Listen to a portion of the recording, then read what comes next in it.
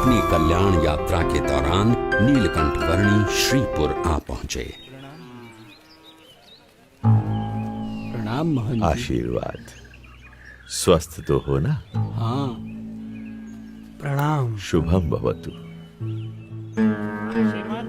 कल्याण। ईश्वर मंगल करे।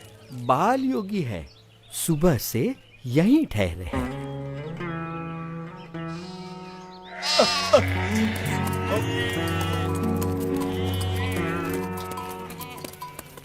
सब सुनिए, संध्या काल हो रहा है, सब सचेत हो जाइए। अपने मवेशियों को घर के अंदर ले लीजिए, बच्चों को भी ले लीजिए, सचेत रहिए। खेलना बंद करो, पता है ना बाहर कितना खतरा है। घर का ताला अंदर से बंद कर लेना, कोई बाहर ना निकले, ध्यान रखना। चलो चलो जल्दी करो, चलो जल्दी जल्दी सब कुछ अंदर रख दो। चलो चलो जल्दी करो। मैंने इस तरफ के दरवाजे बंद कर दिए हैं। भी सब बंद कर दिया है। चलो जरा जल्दी करो। चलो चलो जल्दी पीछे करो। के सारे दरवाजे भी बंद कर दो। हाँ भैया। अरे कोई खिड़कियां भी खुली मत छोड़ना। अरे सामान आने के बाद अपने सभी लोगों को अंदर बुला लो, कोई बाहर ना रह जाए। बेटे, मैं इस कमलेश्वर मठ का महंत हूं। अंधेरा हो रहा है और रात बहुत डरावनी होगी। मठ के अंदर आकर रहो। अंतर का उजास बाहर के अंधेरे से डरने ही नहीं देता। अच्छा, अगर मठ में रहना नहीं चाहते हो तो फिर श्रीपुर गांव में कोई और ठिकाना ढूंढ लो, लेकिन यहां मत रुको। मैं बस्ती से दूर एकांत में रहना अधिक पसंद करता हूँ। लेकिन यहां रुकने में खतरा है। यहां रात में खूंखार जानवर आते रहते हैं। इंसान हो या मवेशी, किसी का भी शिकार कर लेते हैं। यहां रात की हवा में मृत्यु मंडराती रहती है। तो आपका कहना है कि मृत्यु आपके मठ में प्रवेश नहीं कर सकती? क्या आपके किवाड़ या दीवार मृत्यु को रोक सकते हैं?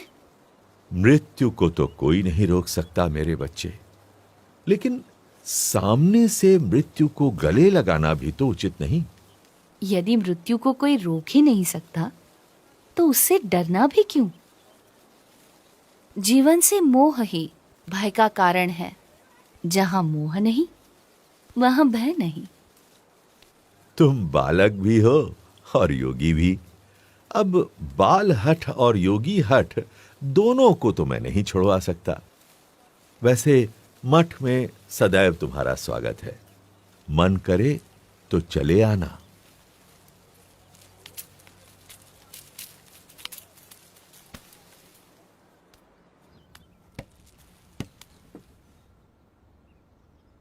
मुझे भय है, अगर कोई जंगली जानवर आ गया तो इसकी मौत निश्चित है।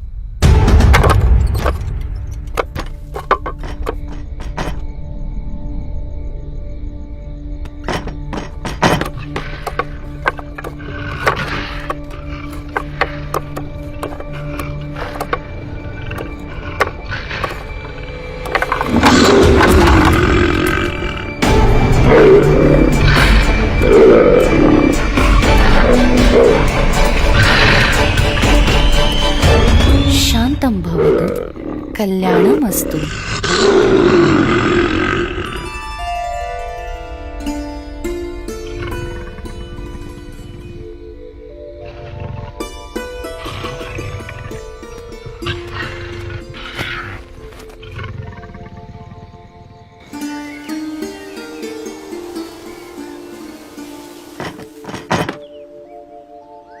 ये क्या, मैं ये क्या देख रहा हूं? अकल्पनीय। जहां दिव्य प्रेम हो वहां भय नहीं हो सकता।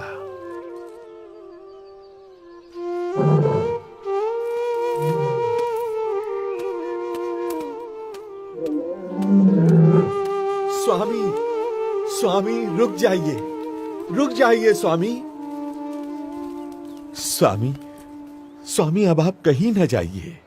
ये मेरा मठ, मेरी महंती, मैं स्वयं, सब कुछ आपका है स्वामी। कृपया स्वीकार कीजिए, स्वीकार कीजिए। मेरा मठ तो सारा विश्व है। उस मठ को छोड़कर मैं इस मठ को कैसे स्वीकार कर सकता हूँ? और इन सब में ही बंधे रहना होता तो घर का त्याग ही क्यों करता? प्रभु, हमारा प्रेम स्वीकार कर यहीं रुक जाइए और हमें आपकी सेवा का मौका दीजिए। जब तुम दूसरों की सेवा करते हो तो मेरी ही सेवा करते हो।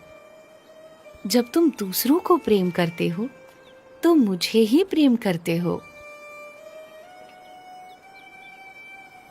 हरेक जीव में बसे परमात्मा के स्वरूप का आदर करना और उस आदर से हरेक को समान भाव से अपनाकर कल्याण के मार्ग पर प्रेरित करना, वो नीलकंठ वर्णी की अनूठी शैली थी। नीलकंठ वर्णी किसी भी प्रकार के भय से मुक्त थे और दिव्य प्रेम से युक्त थे, और इसीलिए कोई भी मुमुक्षु जीव बड़ी सहजता से नीलकंठ वर्णी से जुड़ जाता था।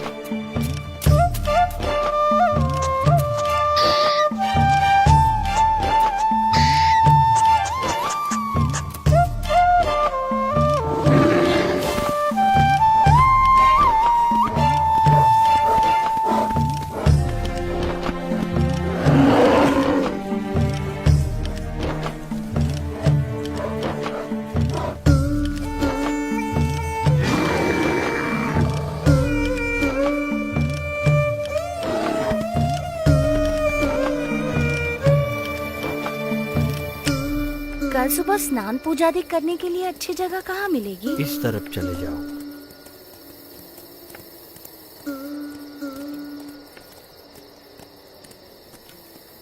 गंगे च यमुने चैव गोदावरी सरस्वती स्नानं करोमि ते जलैः।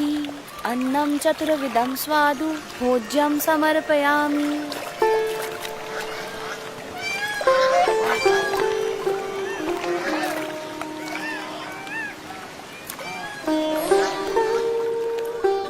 हमें जो मनुष्य जन्म मिला है वो बहुत दुर्लभ है और इसीलिए उसका उपयोग भी कल्याण के लिए होना चाहिए। संसार सिंधु करन को नैया, भक्ति हरि की कर ले भैया। संसार सिंधु करन को नैया, भक्ति हरि की कर ले भैया। अंत समय हरि मुक्ति दिलावई, बिनु हरि के कछु काम न आवै। अंत समय हरि मुक्ति दिलावई, बिनु हरि के कछु काम न आवै। अंत समय हरि मुक्ति दिलावै, बिनु हरि के कछु काम।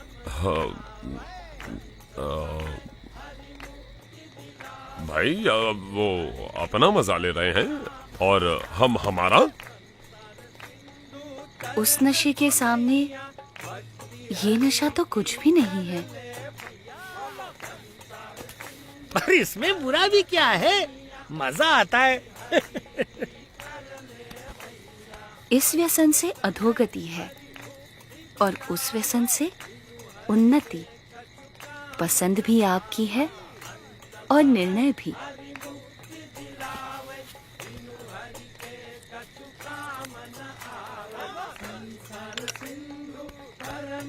नैया, भक्ति हरि की कर ले भैया।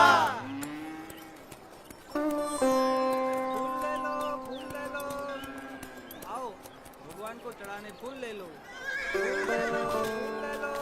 आप यहाँ पहली बार आए हैं? हाँ। तो मेरे साथ चलिए, मैं आपको गुप्त काशी के मंदिरों के दर्शन करवाता हूँ। चलो। ये गुप्त काशी का मणिकर्णिक कुंड है। यहाँ एक गौमुख से गंगा जी का पानी आता है और दूसरे गौमुख से यमुना जी का। अच्छा, गंगा यमुना का संगम है यहाँ।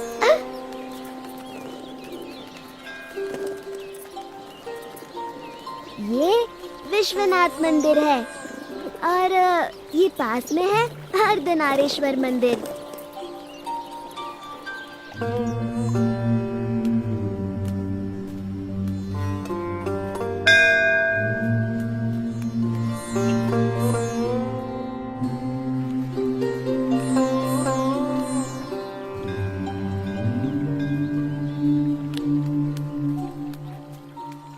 अब आप कहाँ जाओगे?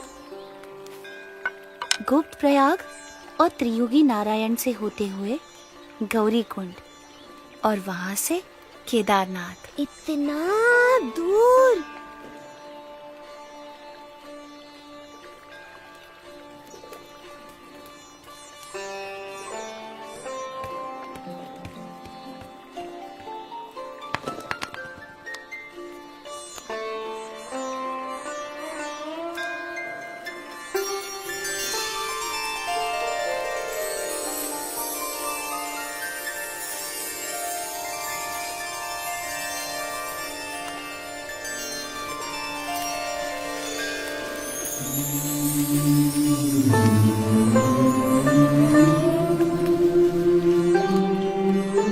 प्रणाम, अपना ध्यान रखना।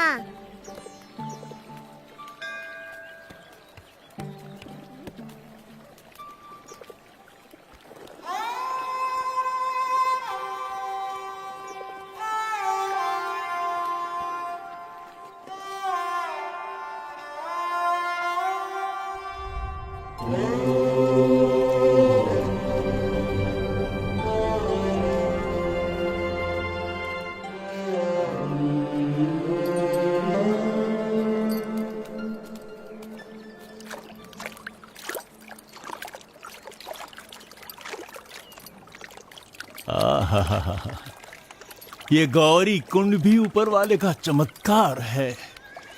चारों तरफ केदारनाथ की ठंड और उसके बीच में इस गौरी कुंड का गर्मीला पानी। बस जी भर के नहाओ, ठंड की कोई फिक्र नहीं। सही कहते हो तुम।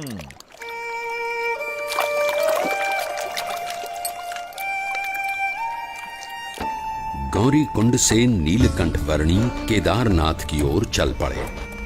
कोई भी ऐसा संजोग नहीं था जो इस 11 वर्षीय बालक की कल्याण यात्रा में बाधा डाल सके, चाहे वो शरीर की थकान हो या विकट से विकट रास्ता।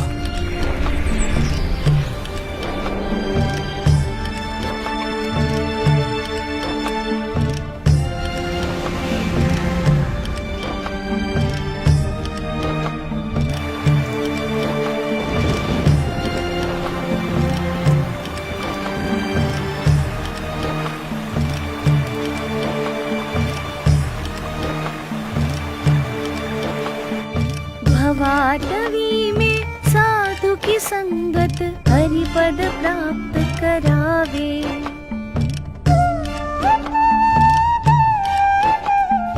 हो साक्षात केदारनाथ। जय केदार।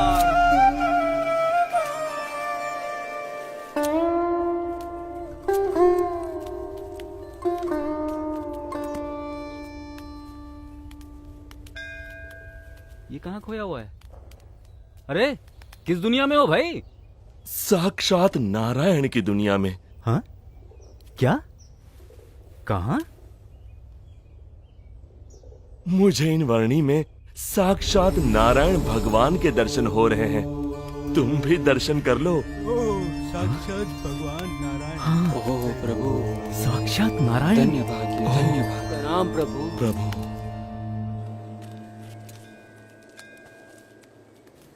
मान लो कि तुम यहाँ केदारनाथ में हूं। ये रहा केदारनाथ, और तुम्हें जाना है यहां बद्रीनाथ में। हाँ, ये रहा बद्रीनाथ। अब सवाल ये है कि भाई जाओगे कैसे?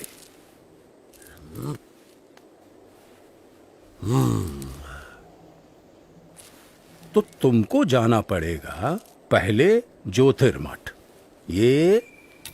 यहां पर, और फिर यहां से ऊपर हाँ, यहां तुम पहुंचोगे बद्रीनाथ। ये तो बड़ा लंबा रास्ता है, ज्यादा समय लग जाएगा। यही एक भला चंगा रास्ता है जो तुम्हें सही सलामत पहुंचा सके। और कहीं इधर उधर भटकने गए तो हमेशा के लिए भटक जाओगे। किसी जंगली जानवर का शिकार हो जाओगे, या भटकते भटकते ही मौत के मुंह में जा गिरोगे। हाँ, फिर तो हम इसी रास्ते से जाएंगे। हाँ भाई, क्या कहना है तुम्हारा? हाँ भाई, जान बचेगी तो ही तो बद्रीनाथ पहुंचेंगे। हाँ?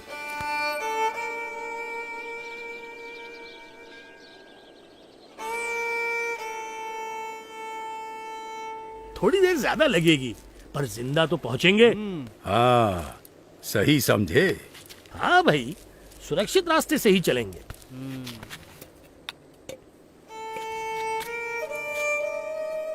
केदारनाथ से सीधे बद्रीनाथ जाना असंभव भी तो नहीं है।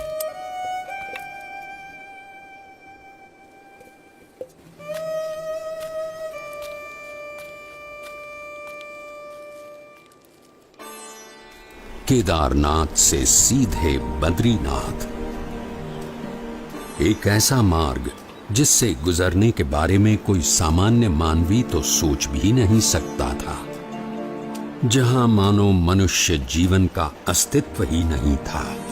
ऐसा कुछ भी नहीं था जो मनुष्यों को जीवित रहने देने का कारण बने।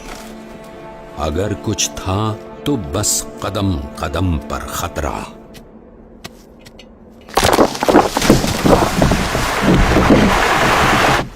शून्य के नीचे का तापमान जो पानी को पीने के लायक भी नहीं छोड़ता था।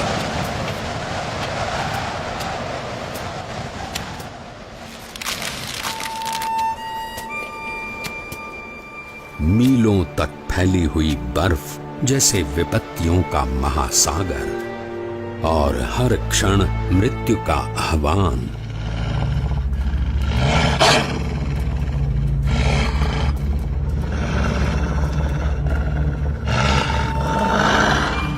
पर केवल 11 वर्ष का एक बालक कृत निश्चयी था अपने ध्येय तक पहुंचने के लिए।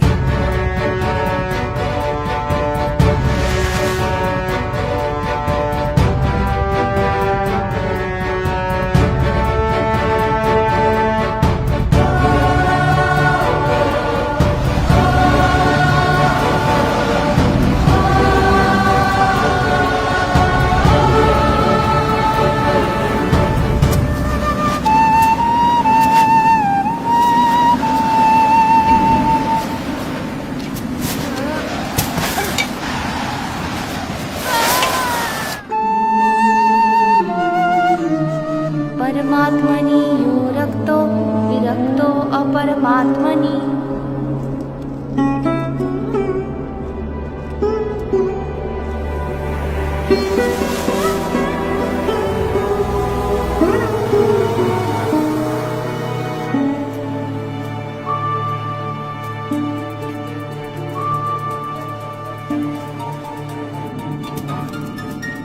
परमात्मनि यो रक्तो विरक्तो अपरमात्मनि।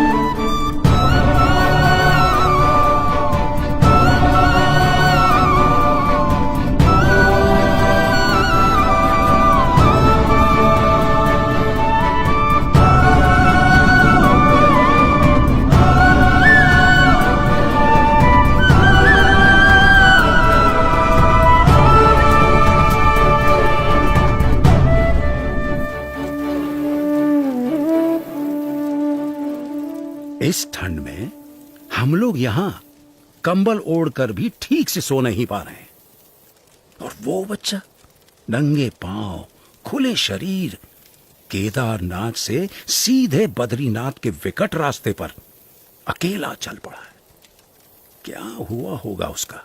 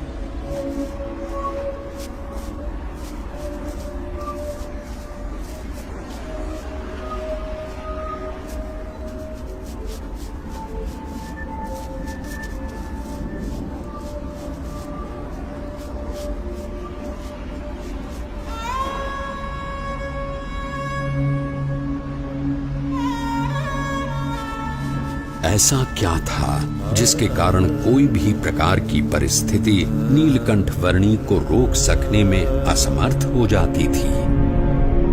कभी हिम प्रपात तो कभी भयानक बारिश, अनजान और निर्जन रास्तों में जंगली जानवरों से आकस्मिक भेंट,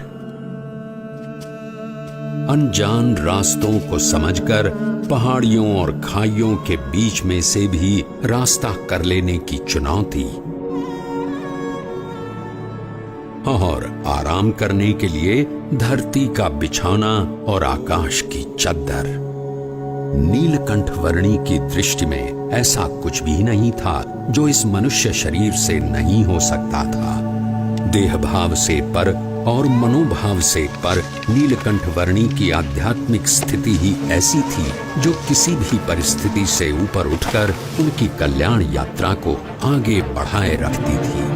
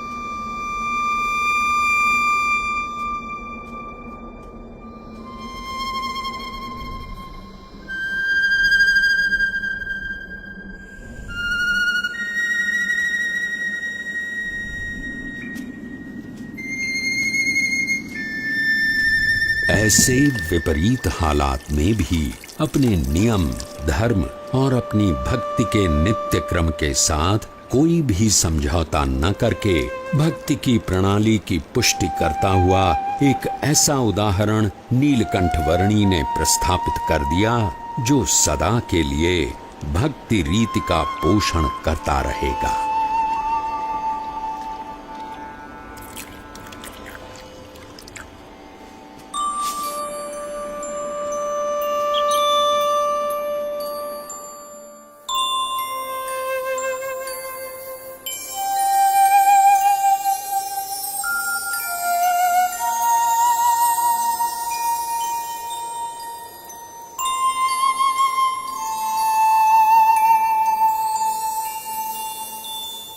आज के समय में भी कई लोग साथ मिलकर बहुत सारी सुविधाओं के साथ जिसे पार करने के लिए हिचकिचाते हैं, वैसा केदारनाथ से सीधे बद्रीनाथ जाने का लगभग 75 किलोमीटर का मार्ग नीलकंठ वर्णी ने नंगे पांव, खुले शरीर, अकेले केवल 9 दिनों में पार कर लिया।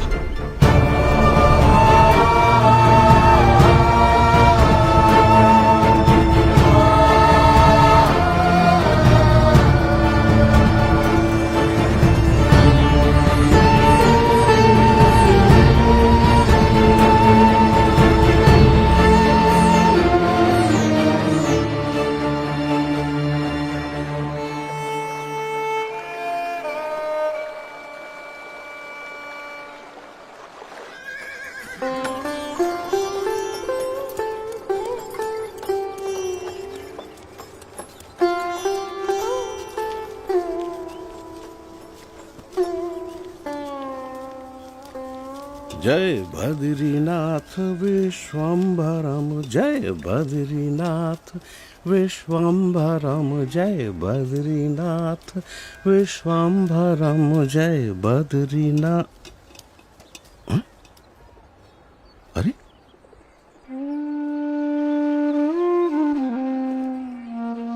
इस चरण छाप में ऊर्ध्व रेखा के साथ सारे 16 चरण चिन्ह। ये तो स्वयं परमात्मा के चरणों की छाप है। कहाँ है वो?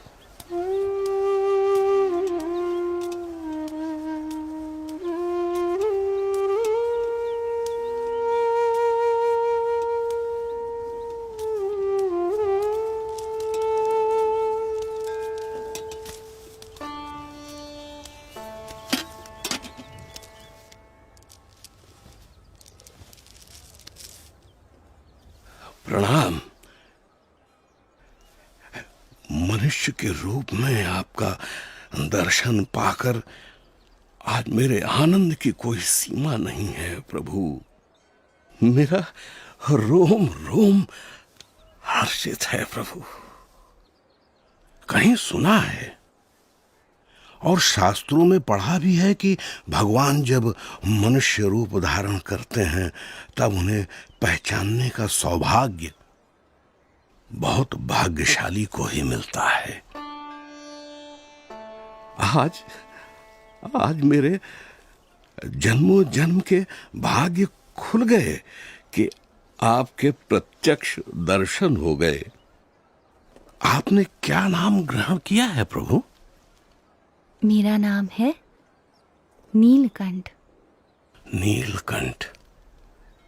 आप कहां से आए हैं प्रभु? अनेर देश से।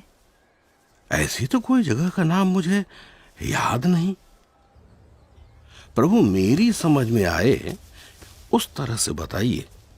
कहां से यात्रा आरंभ की, किन किन तीर्थ स्थानों को अपनी उपस्थिति से पावन किया, कहां ठहरे? मैंने आषाढ़ मास में अयोध्या से सरयू पार की और अमरापुर आया। हिंडोला के दिन नारद वन में बिताए और पवित्र एकादशी हरिद्वार में की। तपोवन में जन्माष्टमी का उत्सव मनाया। लक्ष्मण झूला के पास लक्ष्मण मंदिर में उपवित परिवर्तन किया। गणेश चतुर्थी श्रीनगर में, ऋषि पंचमी उद्धव वन में और जल झिलनी एकादशी एवं वामन द्वादशी गुप्त काशी में की।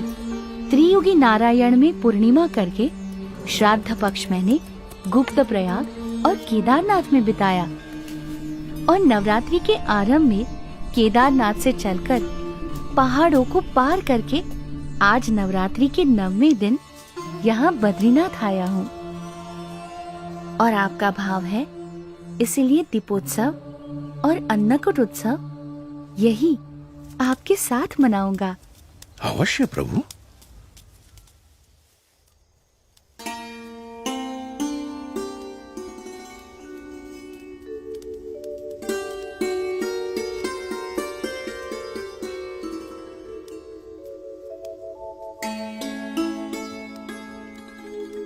पवन मंद सुगंध शीतल हेम मंदिर शोभितम निकट गंगा बहती निर्मल। बोलो बद्री विशाल जय। शीत ऋतु में ठंड से बचकर रहने के लिए बद्रीनाथ के लोग भगवान की मूर्ति समेत ज्योतिर्मठ आकर बसते थे।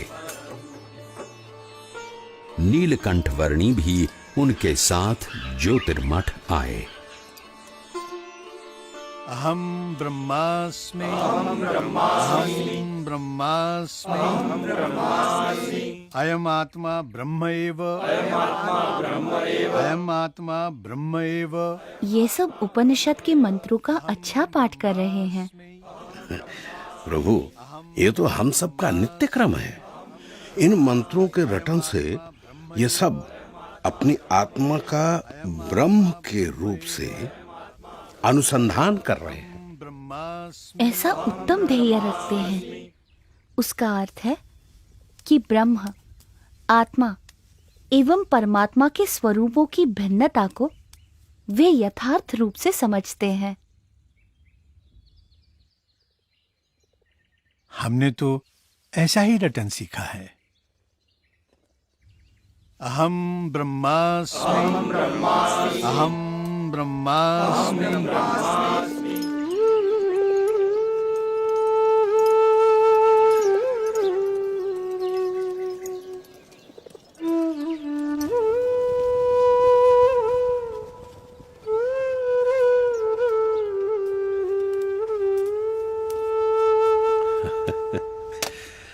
क्या देख रहे हो बाल योगी?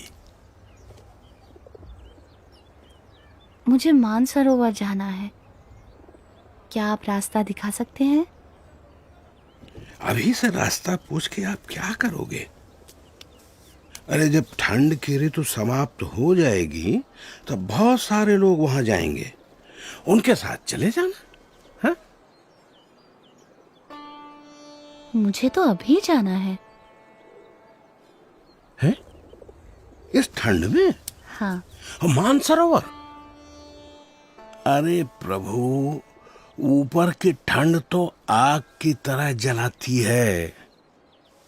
वहां शरीर का लहू पानी बन जाता है और पानी जमकर पत्थर, और कदाचित उससे बच भी गए तो बर्फ आपको जिंदा गाड़ देगी प्रभु। अरे प्रभु, इस ऋतु में मानसरोवर की ओर जाने के विचार मात्र से भी सब डरते हैं। आप मुझे योगी बुलाते हो ना? हाँ प्रभु। योगी को ना तो प्राणों का भय होता है, ना असफलता का, ना कल का, ना किसी फल का, ना यश का, ना अपयश का।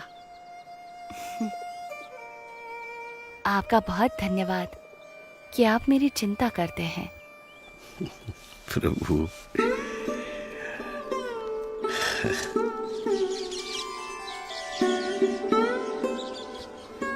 ऊपर की ठंड से बचने के लिए कंबल पर्याप्त तो नहीं है, फिर भी स्वीकार कीजिए।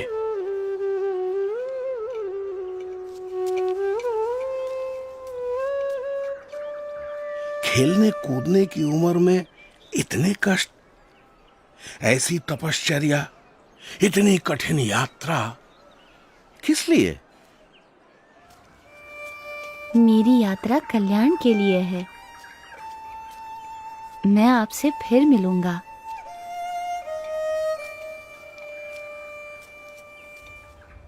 आपके दर्शन की प्रतीक्षा रहेगी प्रभु।